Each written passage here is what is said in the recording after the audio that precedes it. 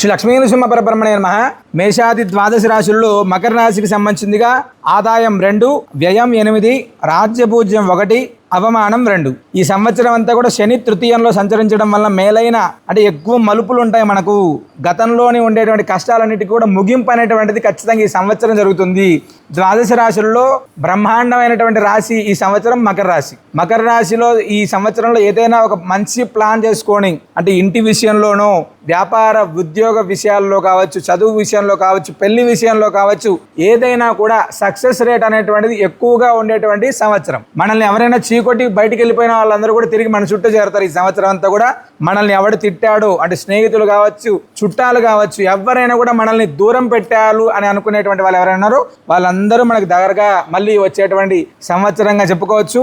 అయితే మనం గుర్తుంచుకోవాల్సినటువంటి విషయం, మనం చేసేటువంటి ప్రయత్నం అనేటువంటిది చాలా బ్రహ్మాండంగా జరగాలి. అంటే సాధారణ ప్రయత్నంతో కాకోకుండా వివాహ ప్రయత్నం కావచ్చు, ఉద్యోగ ప్రయత్నం కావచ్చు, వ్యాపారం, ఇవన్నీ కూడా ప్రయత్నం అనేటువంటిది లోపం లేకుండా జరిగితే ఖచ్చితమైనటువంటి ఫలితం అంటే సక్సెస్ అనేటువంటిది ఎక్కువగా ఉండేటువంటి సంవత్సరం. కాబట్టి గురుబలం ఎక్కువ ఉంది, విద్యార్థులకు మంచి చేస్తుంది, ఆదాయ మార్గాలు అనేటువంటివి కూడా పెరగడానికి ఎక్కువ అవకాశం ఉంది.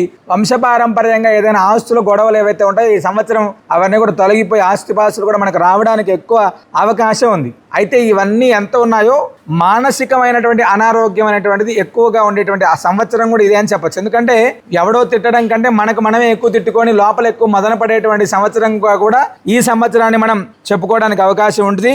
జూన్ వరకు గురువు షష్టంలో ఉన్నందువలన ముందు జాగ్రత్తగా అంటే జూన్ 2వ తారీఖు వరకు కూడా అంటే పొదుపు మదుపు అంటే మనం జాగ్రత్తగా వచ్చినటువంటి రూపాయిని జాగ్రత్తగా ఖర్చు పెట్టుకోవడం అనేటువంటిది అవసరం ఉంటుంది. లెక్కాజమా లేకుండా ప్రయత్నం చేస్తే ఎక్కువ ఇబ్బందులు పడతాం. ఈ సంవత్సరం బాగుంది కదా అని చెప్పి కాలర్ ఎగిరేసేటువంటి ప్రయత్నం కాకుండా జాగ్రత్తగా ఒక రూట్ మ్యాప్ వేసుకొని వెళ్తే అద్భుతమైనటువంటి సక్సెస్ రేట్ని మనం ఈ సంవత్సరం చూడొచ్చు. ఈ సంవత్సరం అంతా కూడా ఎక్కడైతే మీకు అవకాశం ఉందో అక్కడంతా కూడా సుందరాకాండ పారాయణం, సుందరాకాండం అనేటువంటిది మనం పారాయణం చేయించుకోవడం, సుదర్శన అష్టకాన్ని పారాయణం చేసుకోవడం. ప్రతిరోజు కూడా సుదర్శన అష్టకం 8 శ్లోకాలు ఉంటాయి. అష్టకాన్ని పారాయణం చేయడం వల్ల ఇంకా విశేషమైనటువంటి శుభ ఫలితాలను అనేటువంటిది మనం పొందడానికి అవకాశం ఉంటుంది.